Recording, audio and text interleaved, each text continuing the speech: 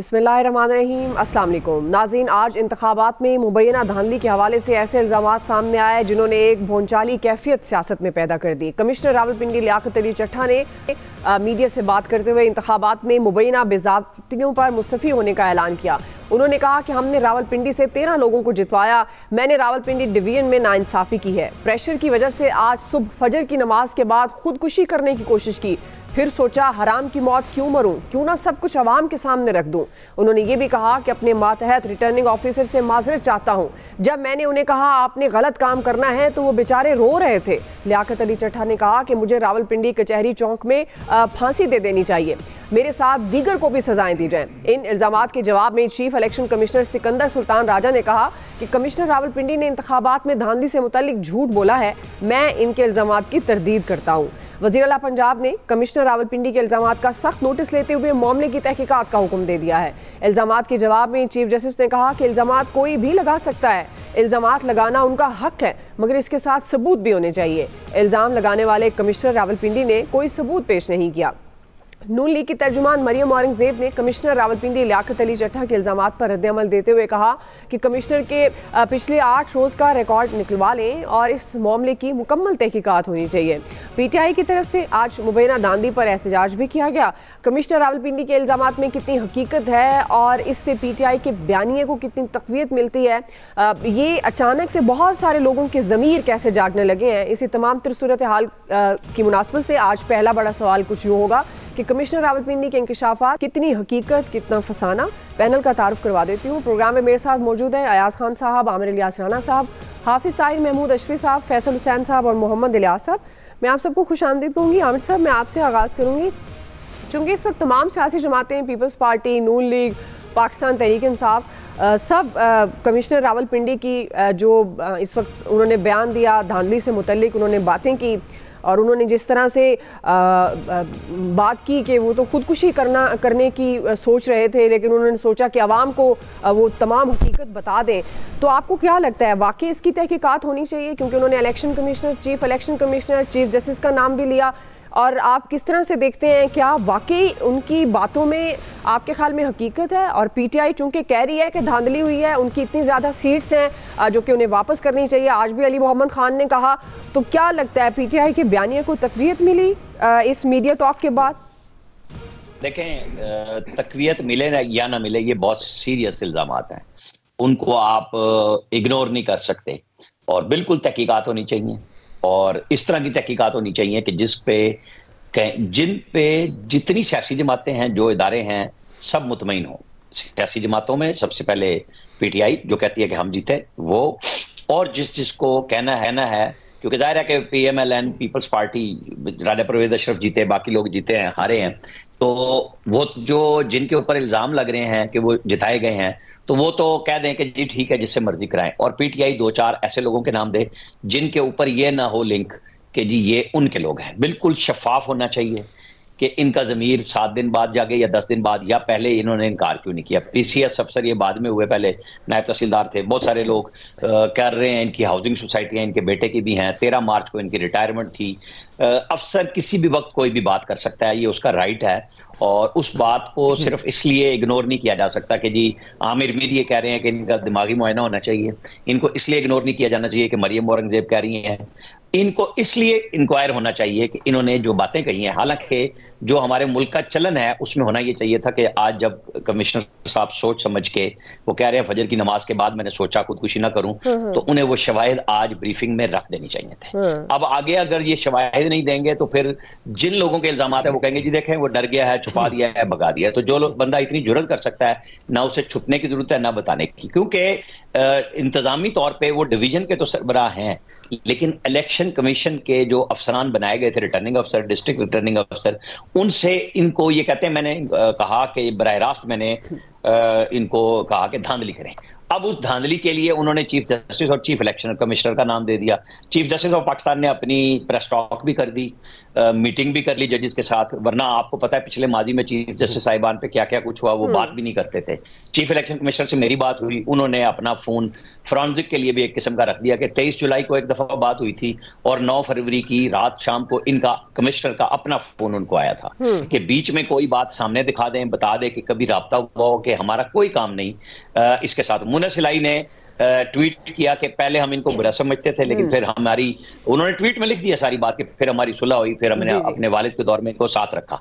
हर party के साथ ये खुशदिल हैं। ये बैरिस्टर अकील का मैं ट्वीट पढ़ रहा था, उनको इन्होंने फोन किया मुबारकबाद का कि हम मिलके काम करेंगे। अच्छा, एक तरफ ये है, दूसरी तरफ वो इल्जाम लगा रहे हैं, तो बहुत अच्छा होता कि वो शवाहिद दे देते, या फिर जिस तरह उन्होंने चीफ जस्टिस और उनके लिए कहा कि चीफ इलेक्शन कमिश्नर धांधली में मुलविस हैं, लेकिन उन्होंने ये कह दिया कि जी फौज इसमें इन्वॉल्व नहीं है। अब फिर अगर फौज इन्वॉल्व नहीं है, जिसके ऊपर सारी पीटीआई और बाकी जमात एस्टैब्लिशमेंट का नाम लेकर इल्जाम लगा रही हैं कि वो इन्वॉल्व नहीं है, तो क्या इनके आईजी इन्वॉल्व थे, क्या इनके चीफ सेक्रेटरी इन्वॉल्व थे? आखिर कोई तो नाम होगा ना कि किसके कहने पे धांधली की, क्योंकि इनको ये बताना चाहिए कि हाँ मुझे इस बंदे ने कहा था, ताकि फिर उसके ऊपर भी कुछ होना आएगा।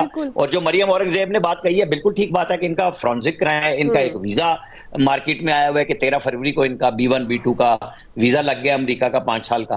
अब बच्चे की हाउसिंग सोसाइटियां हैं, कुछ हैं, ये मुख्तलिफ अदवार में रहे हैं। राना सनाउल्लाह का भी मैंने एक बयान देखा है कि मेरे बड़े अच्छे ताल्लुकात हैं, लेकिन मतलब सेंस ये है कि सूबाई अफसर थे और हर एक के साथ गुडी गुडी थे, सबके साथ सेट थे, काम भी करने वाले थे। लेकिन ये जो बात कही है, इसकी बगैर इन्वेस्टिगेशन के नहीं हो सकता, क्योंकि हम दिन में जब ट्रांसमिशन इसके ऊपर कर रहे थे तो जावेद चौधरी साहब ने मेरा नाम लेके कहा, लेकिन फिर 3 का बुलेटिन आ गया। एक अफजल खान साहब है जो एडिशनल सेक्रेटरी थे इलेक्शन कमीशन में, ये पहले अगर मैं याद रख रहा हूं सही तो अफजल कजाफी के नाम से, ये APP के 1992 में मेरी पहली दफा इनसे मुलाकात हुई थी। ये APP के रिपोर्टर थे और उस वक्त ये सैफरॉन की बीट किया करते थे, मैं भी करता था। सरदार याकूब नासिर जो अभी दोबारा MNA बने हैं, उस वक्त वो सैफरॉन के मिनिस्टर थे, और Ahmad Ali Turi retired deputy secretary, Islamabad Pindi में ही रहते हैं, बैरियर टाउन में। उनसे ये गाड़ी वीकली अपने बच्चों के लिए लेके जाया करते थे। इन तरक्की करते हुए ये इंडक्शन करा गए उसमें इलेक्शन कमीशन में, और इन्होंने इल्जाम लगाया। लेकिन जब सुप्रीम कोर्ट की इंक्वायरी हुई तो इन्होंने कहा मेरे पास कोई साबित करने के लिए वो नहीं है, मैंने कह दिया था। बच्चों समेत ये धरने में फिरा करते थे। तो हमारे यहाँ इस तरह के लोग होते हैं कि अपना नाम धंधा काम कराने के लिए, लेकिन चूंकि उन्होंने सवाल उठाया, ये पाक फौज की भी जिम्मेदारी बन गई, अदलिया के ऊपर इल्जाम आ गया, इलेक्शन कमीशन पे आ गया, तो दूध का दूध और पानी का पानी होना चाहिए। जी अयाज साहब, राणा साहब ने पल्ले तो कुछ नहीं छोड़ा उसके, मतलब तहकीकात से पहले बता दिया है कि क्या क्या वो करता रहा है। बहरहाल देखिए तकवीयत क्यों मिली उनके इल्ज़ामात को, फौरी जो एक्सेप्टेंस इसलिए हुई ना कि ये बहुत अरसे से ये बातें चल रही हैं जिस दिन से इलेक्शन हुआ है, और ये पहला इलेक्शन है जिसमें बहुत से लोग, ये सिर्फ ये पहला कैरेक्टर नहीं है जो आया, और बहुत से कुछ 4 रोज़ आए, प्रेशर की बातें ये चल रही हैं मुसलसल के जी हमें किया गया। फिर जो इलेक्शन रिजल्ट्स डिले हुए, और फिर जो एक एग्जाम्पल क्लासिक हमारे सामने ख्वाजा आसिफ के हल्के की मौजूद है, और वो सारा अब मलबा डाला जा रहा है मीडिया पे कि जी मीडिया ने दिखा दिया। मरियम औरंगजेब साहबा तो कहती हैं इल्ज़ामात की तहकीकात नहीं होनी चाहिए, सिर्फ उस बंदे की तहकीकात होनी चाहिए कि वो क्या है। चलें, बहरहाल आपका मुतालबा वो 8 दिन बाद किया, उसने बिल्कुल गलत किया। 8 दिन पहले कर देना चाहिए था उसको इलेक्शन से। और बशीर मेमन साहब ने 1.5 साल बाद किया था, वो बिल्कुल ठीक था, उनको सिंध का वो बना दिया, सदर भी बना दिया गया। ये सारा कुछ चलता रहता है। इस सारे मामले का, मसले का, बाकी इल्ज़ामात की तो तहकीकात करें, वो चीफ जस्टिस साहब भी उनको बुलाएं, वो भी पूछें, चीफ इलेक्शन कमिश्नर साहब भी पूछें। रौला ये है कि ये इलेक्शन इतना मशकूक हो चुका है कि इसका हल सिर्फ एक है कि इसका इंडिपेंडेंट ऑडिट करा लिया जाए, क्योंकि एक पार्टी क्लेम कर रही है जी हमारे पास फॉर्म 45 मौजूद हैं, इतने हलकों के मौजूद हैं, बाकी हम इकट्ठे कर रहे हैं। आज वो कमिश्नर साहब ने भी वही बात की कि जी वो फॉर्म 45 आप इकट्ठे कर लें, आपके पास रिजल्ट आ जाएगा। अब रौला ये है ना कि फॉर्म 45 भी 2 तैयार हो चुके होंगे ना, क्योंकि एक वो मुरतब शुदा है और दूसरे मुरम्मत शुदा है, वो दोनों भी अपनी जगह मौजूद होंगे। अब एक क्लेम करेगा कि जी ये ठीक है, दूसरा कहेगा ये गलत है। ये भी फैक्ट है कि जब किसी पार्टी के हक में कोई चीज़ आती है तो वो जाहिर है उसके लिए वो हीरो होता है, दूसरी पार्टी के लिए वो सबसे बड़ा विलन होता है। बशीर मेमन साहब PTI के लिए बहुत बड़े विलन थे जब वो बात कर रहे थे, आज ये चट्टा साहब उनके लिए बहुत बड़े हीरो हैं। इसलिए वो हर चीज़ फिर बंदा छुपा जाता है कि कोई बात नहीं। और करप्शन तो माजरत के साथ इस मुल्क की अशराफिया ये कहती है कि जी करप्शन से कुछ नहीं होता, इस मुल्क को करप्शन से कोई नुकसान नहीं पहुंचा, वो चलता रहता है मामलात। और स्टेटस को शायद इसीलिए है कि वो जिस कुव्वत को, जिस बंदे को अपना हिस्सा उसमें मिलता जा रहा है, वो कहता है ये बिल्कुल ठीक है, ये सिस्टम इसी तरह चलना चाहिए। लेकिन जितना क्योस आ गया, मतलब इलेक्शन के बाद इस्तेकाम की एक उम्मीद लगाई जा रही थी कि इस्तेकाम आएगा, लेकिन वो तो क्योस बढ़ता जा रहा है। अब क्योस जब इस हद तक चला जाएगा तो उसका हल क्या है? अब ये भी ज़ाहिर है कहीं ना कहीं सोचा तो जा रहा होगा कि ये मामलात हाथ से निकलने से पहले कुछ कर लिया जाए, क्योंकि री इलेक्शन में आप जा नहीं सकते। जो हालात हैं इस मुल्क के, मईशत के जो हालात हैं, तो फिर क्या किया जाए, इसका हल क्या किया जाए? हो सकता है सुप्रीम कोर्ट से रुजू किया जाए और काजी साहब से कहा जाए कि जी हालात आपके सामने हैं, तो कोई केयरटेकर सेटअप में ही कोई एक्सटेंशन कर दें, क्योंकि हुकूमत तो बनाने के लिए कोई तैयार नहीं हो रहा इस वक्त। पीपल्स पार्टी और PMLN के वो भी अगरचे वजाहत की, रात बहुत से लोगों ने ये चला दी थी कि नवाज शरीफ साहब ने रोक दिया है, किसी से रब्ता भी ना करें। लेकिन मेरे ख्याल में अभी भी छोटे कायद की शिद्दत से ख्वाहिश होगी कि इसको मुल्क को बचा लें। लेकिन जाहिर है नवाज शरीफ साहब ने भी अपनी सियासत देखनी है, तो लिहाजा मेरा ख्याल है कि ये ज्यादा दिन तक इस तरह से चीजें चल नहीं सकेंगी। ठीक है जी। हाफिज ताहिर साहब, आपके ख्याल में कमिश्नर रावलपिंडी के इंकशाफात में कितनी हकीकत है, और जिस तरह से मुतालबा किया जा रहा है कि वाकई इस तरह के इल्ज़ामात, और जो अयाज साहब भी बात कर रहे हैं, एक क्योस की कैफियत है इंतखाबात के बाद, तो कितनी ज़रूरी है कि इनकी तमाम जितनी भी उन्होंने बातें की हैं, उनसे भी ज़ाहिर है इतनी करेज है उनमें, उन्होंने क्योंकि आकर बात की है तो वो सबूत भी उनके पास होंगे, तो डेफिनेट वो एक तहकीकात आप समझते हैं होनी चाहिए। फैसल साहब, आपसे ये सवाल, ऑडियो इशू है हाफिज साहब के साथ। जी फैसल साहब, तहकीकात होनी चाहिए आपके ख्याल में? सारे इशू हैं, ऑडियो इशू तो सबसे ज्यादा, आवाज का इशू है इस मुल्क के अंदर सबसे ज्यादा। सही कह रहे हैं। क्या इस मुल्क में तहकीकात कराएंगे कि हमें, आपको नहीं पता कि ये सच बोल रहे हैं या झूठ बोल रहे हैं? मुझे नहीं पता है सच बोल रहे हैं या झूठ बोल रहे हैं, लेकिन सबको पता है कि सच बोल रहे हैं या झूठ बोल रहे हैं। हमें, आपको नहीं पता कि इस दफ़ा की मैनेजमेंट किस तरह हुई है। अब बहुत सारे लोग तो ये भी कह रहे हैं कि ये जो कह रहे हैं कि ये जो इन्होंने प्रेस कॉन्फ्रेंस की है या गुफ्तगू की है, ये अपनी मर्जी से नहीं की, जिनसे जो है वो किसी ने करवाई। हमें क्या पता कि इस वक्त कौन कौन इस वक्त जो है उस किस टारगेट के लिए जो है वो काम कर रहा है। लेकिन नुकसान किसका हो रहा है? पाकिस्तान का हो रहा है, और सबसे ज़्यादा नुकसान हो रहा है ये नई आने वाली हुकूमत का। इन हालात में जो है वो कौन सी पार्टी या कौन सा फ़र्द होगा वो अपने पैरों पे कुल्हाड़ी मार के जो है वो वजारत उज़्मा के मनसब की जो है वो वहाँ तक पहुँचने की कोशिश करेगा। और फिर भी किसी को ये शौक़ है तो अपनी सियासत की कीमत पे शौक़ ज़रूर पूरा करे। हालात तो जो है वो कहीं से भी जो है वो सही होते हुए जो है नज़र नहीं आ रहे। लेकिन एक बात पे तो आप दुआ क्रेडिट देना, हमने तो आपसे कहा था कि नताइज के बाद सब पॉपकॉर्न खाएंगे, इतनी तफरीक किसी भी इलेक्शन के बाद नहीं आई। बिल्कुल बिल्कुल, आपने सही पॉपकॉर्न मुतारफ कराया मार्केट में। यार भिजवा भी दो ना, वहीं खाए जा रहे हो। लेकिन रोज आपको ना एक नया आइटम मिलता है, और ये सारे आइटम जो है ना वो इत्तेफाक से नहीं मिल रहे। कल आपको एक नया आइटम और मिलेगा, परसों आपको एक नया आइटम मिलेगा, मिलते रहेंगे आपको, रोजाना की बुनियाद पे जो है ना आइटम मिलेंगे। अच्छा, हमने क्यों कहा था? हम आपसे कहते थे भाई हमारा तजुर्बा है धांधली का, ऐसे थोड़ी तजुर्बा है, हमने पता है फ्लॉप हो जाएगा। जिस सिस्टम से आप सिस्टम बनाने की कोशिश कर रहे हैं, सिस्टम नहीं चलेगा। इतने बड़े बड़े वाकयात हुआ है। 2018 की बात करते हैं, 2018 में कोई फॉर्म 45 सामने आए थे? इतनी बड़ी बड़ी सियासी जमातें, उनकी जिंदगियां जो है वो धांधलियों पे इल्जामात में गुजर गई। कभी आपने सुना कि किसी और के पास फॉर्म 45 हो? भाई पूरे पाकिस्तान में हर उम्मीदवार के, पहाड़े में उम्मीदवार के पास 45 है। मेरा तो ये सवाल है कि इत्तेफाक से इतनी मेजर गलती क्या इत्तेफाक से हो सकती है? ऐसी सवाल है, जहन में आ गई है, सवाल का आगे पीछे कोई मौरिकात नहीं है कि इत्तेफाक से सबके पास जो है वो फॉर्म 45 आ गया। आपकी भी इन्वेस्टिगेशन मां सिवाय जीतने वाले के, चाहे वो लाहौर में जीता है या वो कराची में जीता है, उसके पास फॉर्म 45 नहीं था। बाकी जितने उम्मीदवार जो हार रहे थे सबके पास जो है ना फॉर्म 45 है। ये मतलब अपनी नौयत का जो है वो अनोखा काम है। देखिए 3 सतही हिकमत अमली होती है, बिफोर पोल, ड्यूरिंग पोल और आफ्टर पोल जी। इन तीनों मरहलों में जो है वो फ्लॉप हो गए मैनेजमेंट करने में। इलेक्शन पाकिस्तान में भाई 2018 भी इसी तरह का हुआ था, 2024 में भी कोई इस मुल्क में कोई फरिश्तों ने नहीं कराना था, ऐसे ही होना था। इतनी बड़ी बड़ी गलतियां जो हो गई 2024 में, तो 2018 में क्यों नहीं हुई? वो तो ये आप समझते हैं ये गलतियां फिर जानबूझ के की जाती हैं, जहाँ पे गलती रजिस्टर करानी हो? बस मुझ जैसा एक नाकारा आदमी और एक कम फहम आदमी, बहुत ही जेर जमीन आदमी समझ रहा है कि भाई इतनी बड़ी गलती कैसे हो गई। हाँ। जिसको पता है कि भाई इलेक्शन की मैनेजमेंट कैसे होती है, जिनके पास जो है वो 50 साल के तजुर्बे हैं काम करने के, उनसे गलती कैसे हो जाएगी? कैसे हो सकती? ये तो एक आम इंसानी जहन जो है वो नहीं जो है वो मान सकता। आज आपने देखे ना, जो आप पूरी अगर उनकी जो वो देखें चीफ जस्टिस साहब की, नहीं वो किसी वो इमारत का मायना कर रहे हैं, अचानक से साफी आ जाते हैं, उनसे सवाल पूछते हैं, वो कहते हैं अच्छा ये किसने कहा है, कब हुआ है, अच्छा मुझे तो कुछ पता ही नहीं था, फिर वो पूरी जो है वो आजाद कर देते हैं। मजाक हो रहा है इस मुल्क के अंदर, और किसके साथ मजाक हो रहा है? इस मुल्क के साथ मजाक हो रहा है, इस कौम के साथ मजाक हो रहा है। जी कहीं तो आप इसको अब एंड करें ना, कहीं तो एंड करें खुदा के वास्ते। और इसका आप एक ही हल है बस कि एस्टेब्लिशमेंट भी बैठे और सारी सियासी जमातें बैठे, कमरा बंद करके बैठे, और जब तक तय कर ले कि इस मुल्क को मसाइल से नहीं निकालना, नहीं निकले, तो जब तक नहीं बैठेंगे रोजाना जो है ना आपको एक नया लतीफा जो है वो मिलता रहेगा। सबको अपने अना के बुत गिराने पड़ेंगे, किसी अना के बुतों के साथ जो है आप नताइज को हासिल नहीं कर सकते। ठीक, सही है हाफिज साहब।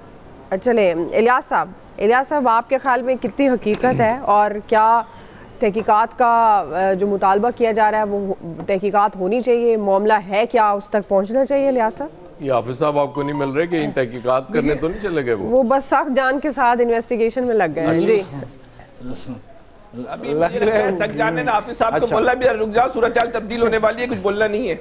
सही है जी इलियास साहब।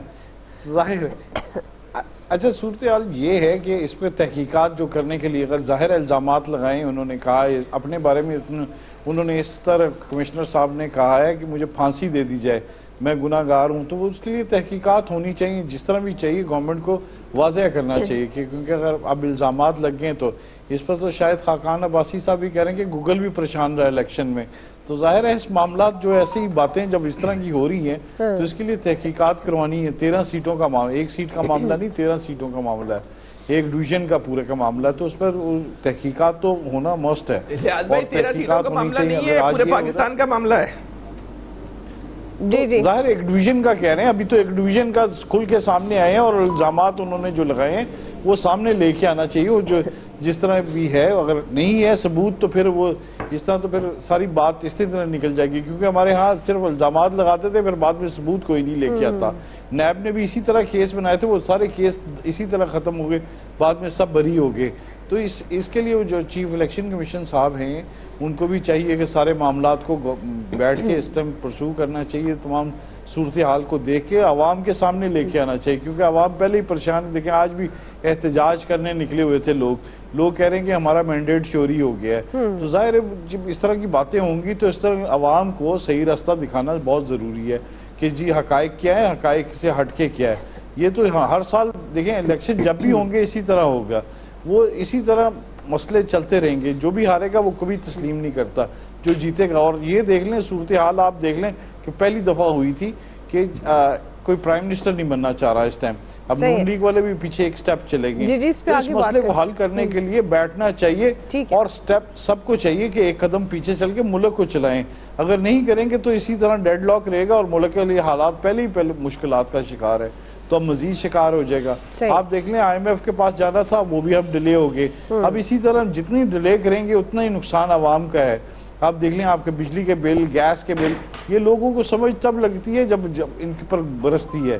लोग अब देख रहे हैं, आप गवर्नमेंट को भी चाहिए कि सारे जो बंदे हैं वो देखें, अपनी अना छोड़े, मुल्क के लिए आवाम के लिए सोचें। दुनिया भर में मजाक उड़ रहा है इस टाइम, जो भी देख लें आज प्रेस कॉन्फ्रेंस हो रही हैं और इनको कुछ नहीं हो रहा है, इनको बस सिर्फ इक़्तिदार का है मसला है और इक़्तिदार लेना चाहते हैं। इनके अपनी दिहाड़ियां बचनी चाहिए, आवाम बचे या ना बचे, अपना मसला 5 साल की दुकान चलनी चाहिए इनकी। और ठीक है जी, इलियास साहब आपका पॉइंट आ गया। हाफिज साहब आ गए आप, इन्वेस्टिगेशन हो गई, सख्त जान कहाँ गया था आप? तो नहीं, एक तो आपने ये बताना है, दूसरा कमिश्नर रावलपिंडी की तहकीकात होनी चाहिए। लेकिन चलें, ये तो खुश आइंद है, 266 में 13 की जिम्मेदारी जो ले ली उन्होंने, कमिश्नर रावलपिंडी ने कहा कि मैंने ये धांधली की है। अब मामला रह गया तकरीबन 253-52 हल्कों का। हाफिज साहब बिस्मिल्लाहिर्रहमानिर्रहीम, ऑडियो बढ़ा दें जी। सबसे पहले बात ये है कि हमारे चीफ इलेक्शन कमिश्नर साहब जो हैं वो कहाँ पर हैं। यानी 8 फरवरी से आज तक बहुत सारे मरहले आए हैं, किसी ने उनकी ज़ियारत की है कि पता चले कि वो सारे मसाइल थे, उनकी जिम्मेदारी है ये ना फौज की जिम्मेदारी है, ना पुलिस की जिम्मेदारी है, ना हुकूमत की जिम्मेदारी है, ना अदालत की जिम्मेदारी है। ये उनकी जिम्मेदारी है कि वो इन मसाइल से निपटे, आगे कौम को बताएं कि क्या हुआ क्या नहीं हुआ, क्या सच है क्या झूठ है क्या गलत है। वो तो बिल्कुल आराम से कहीं मेरा ख्याल है एहतसाब वगैरह कर रहे हैं और कौम को अजाब में डाला हुआ है। रोज कोई ना कोई मामला जो है वो सामने आता है। ये ज़मीर भी बड़ी अजीब चीज है, कभी एहतसाब ज़मीर साहब के साथ दोस्ती कर लेता है और कभी किसी और के साथ कर लेता है। बिल्कुल इसकी तहकीकात होनी चाहिए और ये तहकीकात सुप्रीम कोर्ट के जो है कोई जस्टिस साहब करे और इस पे जो जेन्युइन है, जो हकीकत है वो कौम के सामने आए। और ये अगर अनजेन्युइन बात है तो तब इन साहब को और देखा जाए कि ये साहब क्यों बोले, किस वजह से बोले, इतने दिन क्यों खामोश रहे। इनका जो ज़मीर था वो कहीं सैर सूर करने गया हुआ था क्या या सोया हुआ था, अब एकदम जाग गया है। पाकिस्तान को तमाशा बना के रख दिया है। रोजाना कोई ना कोई आपका आलमी सतह पे आपका मुल्क जो है ये रोने की बातें हैं। मैं जो आज ये यकीन करें पिछले चंद घंटों के दौरान इंटरनेशनली और मीडिया देखें, सफारतकार देखें, यानी हम तमाशा बन गए हैं कि अगर एक इलेक्शन भी सही अंदाज से हमारे यहाँ वो अपने इंजाम को नहीं पहुंच पा रहा। हम दुनिया की ऐसी कुव्वत है, हम एक मजबूत कौम है, एक मजबूत मुल्क है हमारा, हम जा किस तरफ रहे हैं। और अगर यही सारा कुछ चलता रहता है, आगे ठीक कह रहे थे IMF है, बाकी मामलात है, महंगाई अपने उरूज तो पहुंच रही है, गैस की कीमतें अभी 67% बढ़ गई है, पेट्रोल डीजल हर चीज जो है तमाशा लगा हुआ है। अब मुल्क के अंदर भाई चीफ इलेक्शन कमिश्नर साहब बाहर आओ, देखो बलोचिस्तान में क्या हो रहा है, सिंध में क्या है, बिल्कुल जिम्मेदारी है क्या है, आज गया है। खाली आपकी जो है देखें इलेक्शन सिर्फ जिम्मेदारी इलेक्शन कमिश्नर की है, उसको ताउन फराहम करना है पाकिस्तान के तमाम लोगों ने। फौज को कहेगा फौज ताउन देगी, पुलिस को कहेगा पुलिस देगी, बाकी निगरान हुकूमतों का भी इससे कोई ताल्लुक नहीं है।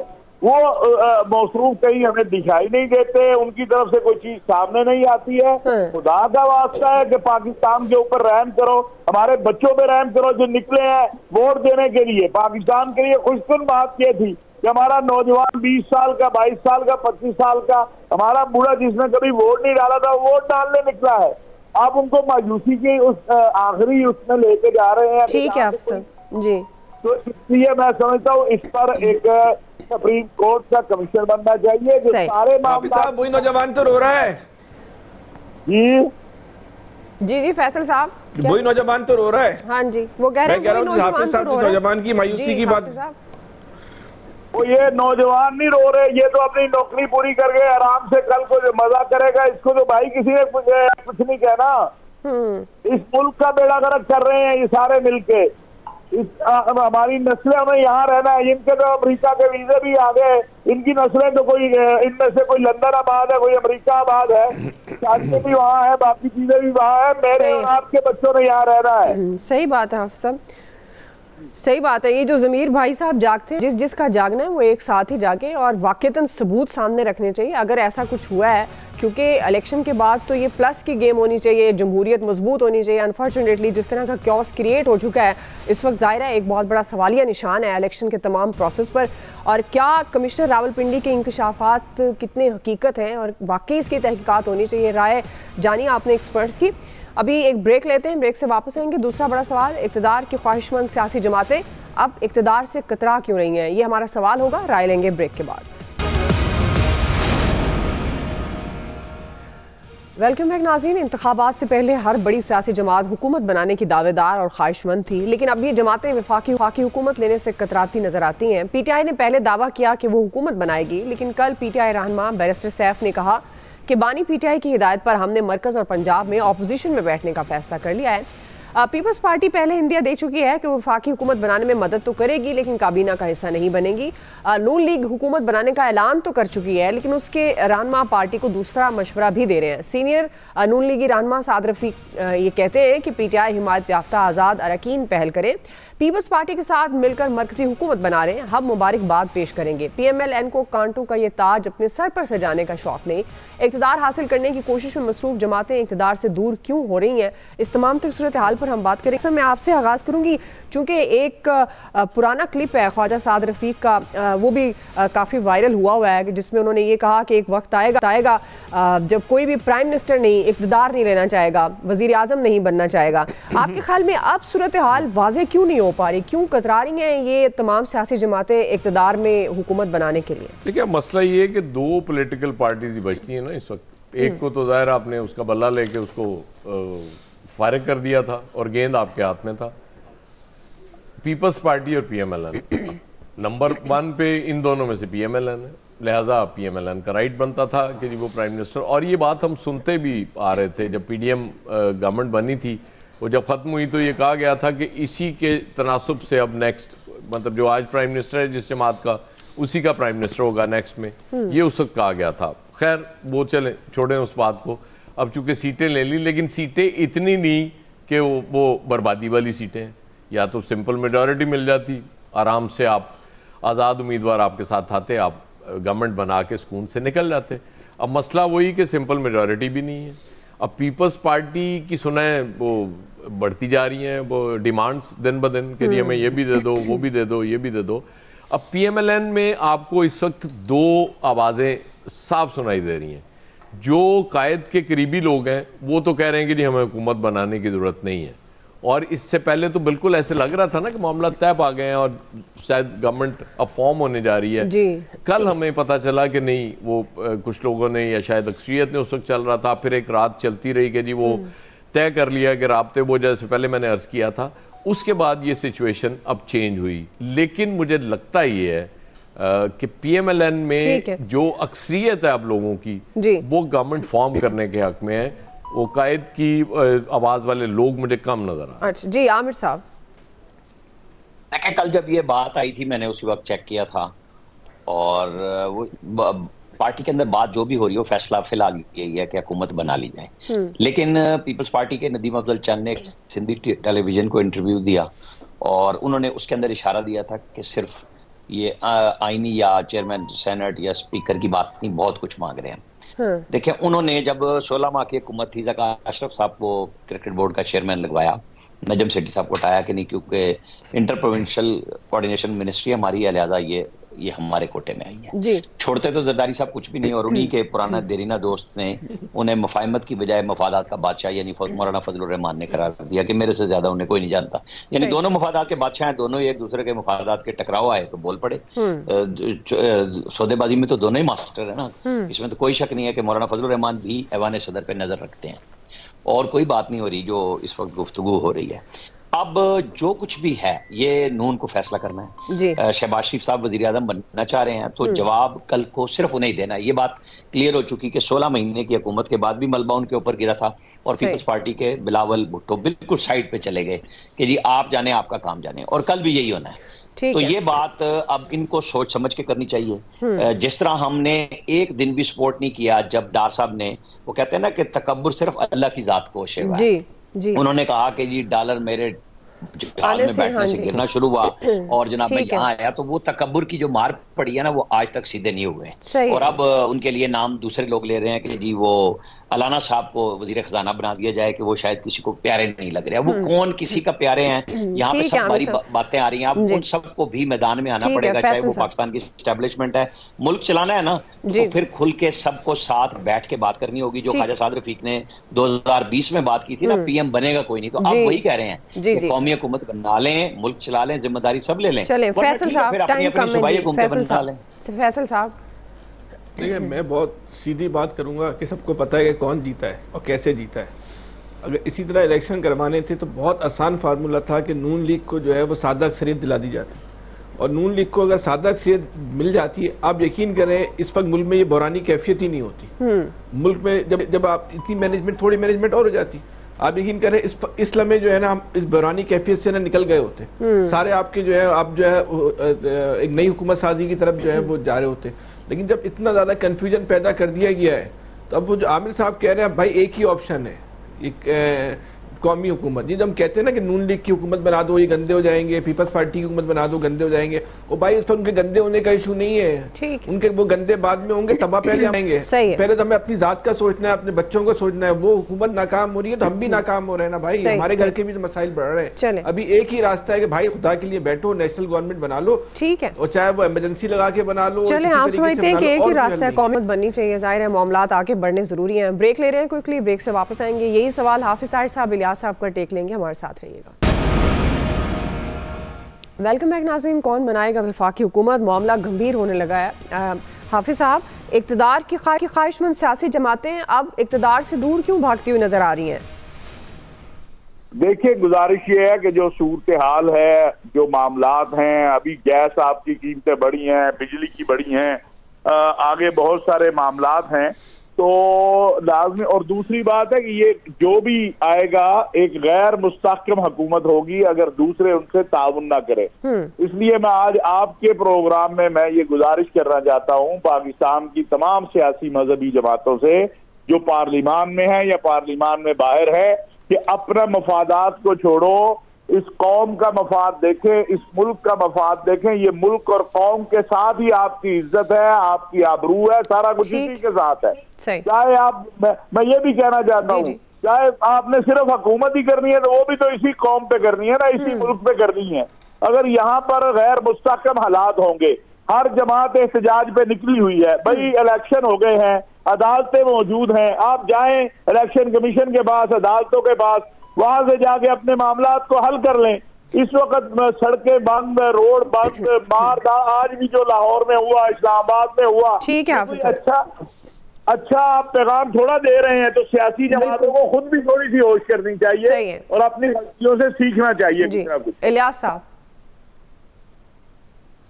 देखिए जी, सियासी गवर्नमेंट्स जो हैं इसमें नून लीग वाले को उनको अपना एक ग्रुप उनका कह रहा है कि गवर्नमेंट ना बनाए, सारी जो भी पहले भी मुश्किलात बर्दाश्त की, जिल्लत बर्दाश्त की, वो नून लीग के हिस्से में आते हैं। अभी आप इत्तेहादी बन रहे हैं तो इत्तेहादियों में सिर्फ नून लीग के हिस्से में सारा कुछ आएगा, इसलिए वो खामोशी इख्तियार कर ली और उनकी पार्टी के अपने रहनुमा करें कि दूसरे आके बना लें गवर्नमेंट, दूसरी गवर्नमेंट आके बना लें।